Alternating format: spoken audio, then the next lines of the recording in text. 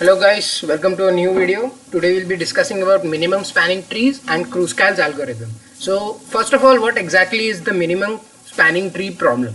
So given a graph G, that is your PQ graph, which is connected, and in that graph a weight is assigned to every edge of the graph, and the weight is a positive real number. So the weight can be thought of as a cost function, like traversing that edge, how much cost will it take.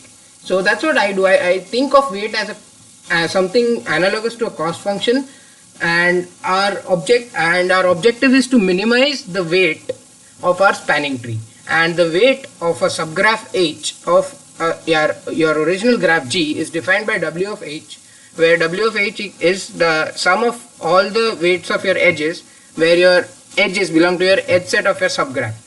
So as I mentioned earlier, your minimum spanning tree problem is to minimize this W of H, that is, find a spanning tree with the minimum weight. So in the previous video I discussed spanning trees, and you saw that there can be multiple possibilities of spanning trees for a graph.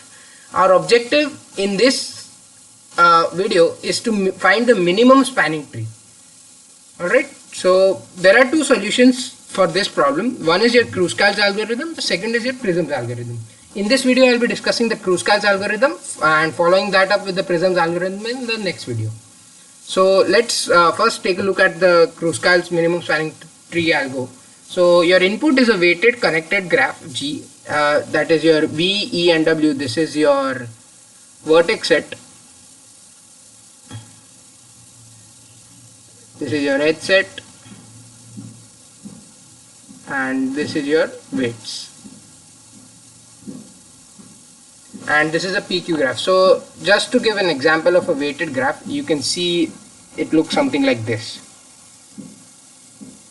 You see that you've got a graph and all the edges have been assigned weight. So your leftmost edge has a weight of 2, your bottommost edge has a weight of 6, and so on. Alright, so these are positive real numbers, and they may or may not be the same, doesn't really matter.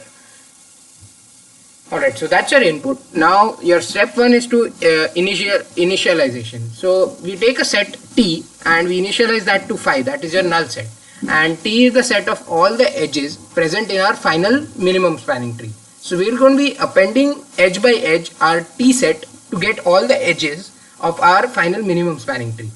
And your next step is we arrange all our edges in non-decreasing order based on weights. And if you got ties in weights, you can break them arbitrarily, doesn't really matter. So let's take an example of this graph. You see that there are 5 vertices, and you've got 7 edges marked as E1, E2, E3, E4, E5, E6 and E7. So, and I'm going to be arranging them in non-decreasing order.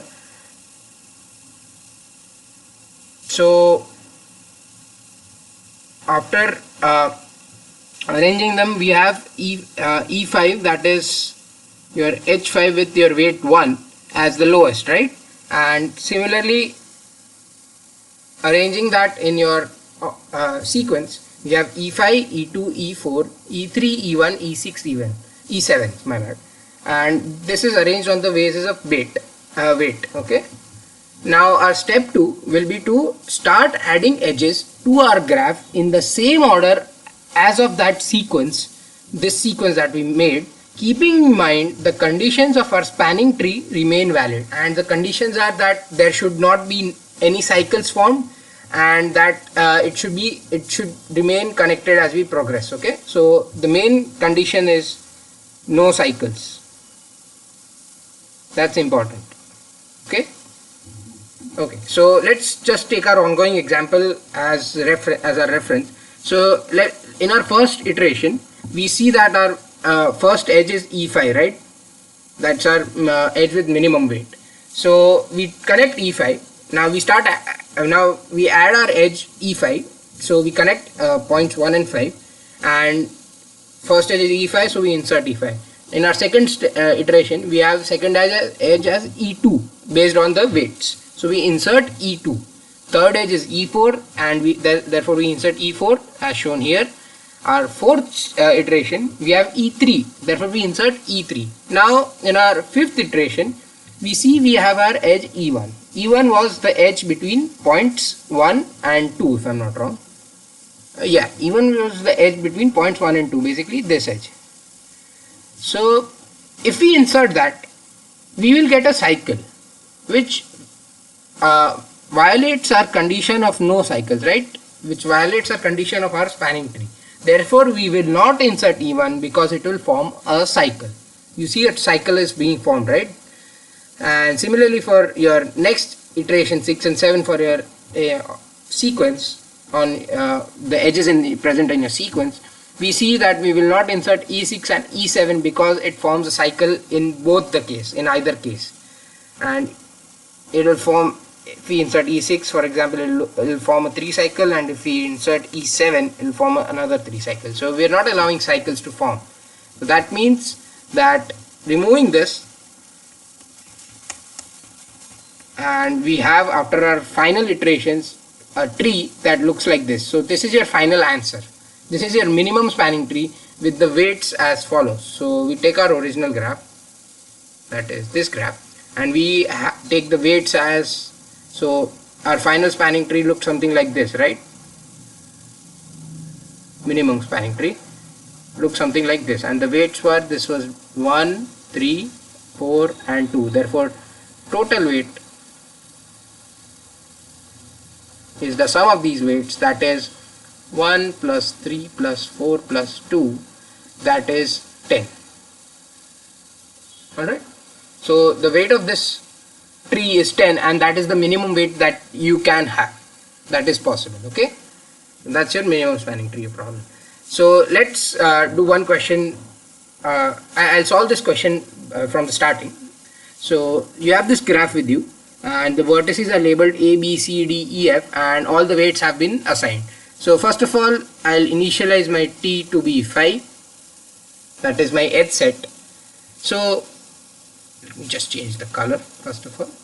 T is 5, and I'll now order my weight sequence, so in non-decreasing order. So you see that you have 5 edges, sorry my bad, 4 edges that have the weight 2. So I'll be adding in my sequence 4 edges with the weights 2. You can see them in the diagram. Next up we have 2 edges whose weights are 3. So I'll be adding that to the sequence. And you've got 2 edges whose weights are 4, and your last edge has the weight 5. So this is our sequence. So what I'm going to be doing is I'll be not drawing the same graph again and again. I'll just draw one graph, and for different iterations I'll use a different color to show what edge I have added. Okay, so that'll be pretty easy to understand. So for the first iteration I'm going to be using red. So we see that you have 4 edges of weight 2. So as the case was for ties, you can take any edge, it's arbitrarily. So say I'm going to be taking edge AB. So I'll be inserting that in my minimum spanning tree that will be formed. So this is, red is basically your first iteration. Okay, so we have edge AB, so this is gone. Next up I'll be using say yellow, and say my second edge is again arbitrary. You've got 3 edges with weight 2. I'll say I'm taking, so this was AB, say I'll be taking this as BC, and if I insert BC, I see that all the conditions of my spanning tree are still intact, that is there are no cycles found. So I'll add that as it is. So yellow is your second iteration. Next up I'll be using say purple for my third iteration. So this is gone as well. For my third, say I'll be assigning this weight to for edge BE, that is this edge. So again, if I can add this edge because the conditions for our minimum spanning tree are still intact, that is there are no cycles formed as of now, so that will be a part of our minimum spanning tree. So this is my third iteration, and this is gone as well. Next up I'll say take the color orange for my fourth iteration, and you see that there is still one edge with weight 2, that is edge EF. So this is EF.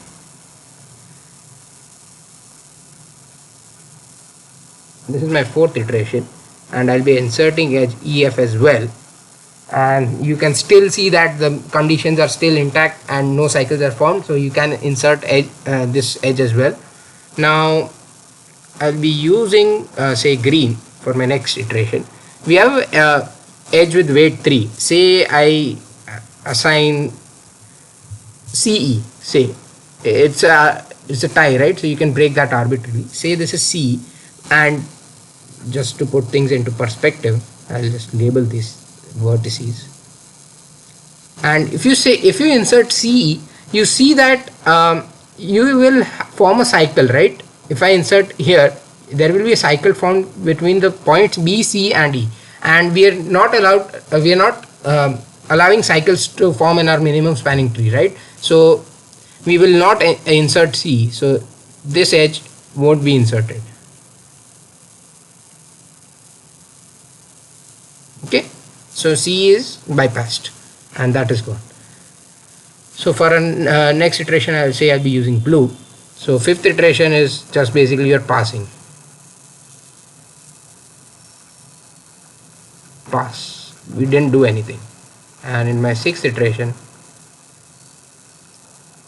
we have another edge with weight 3. And since we assigned CE to our first edge, this would mean that the edge is DE.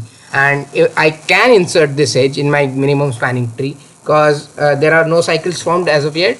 So this is my sixth iteration, and I have inserted my edge. Next up, and this is gone as well, this is DE as I mentioned.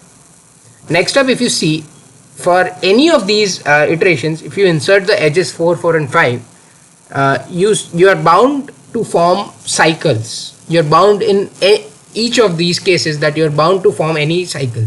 So for all these iterations, cycles will be formed,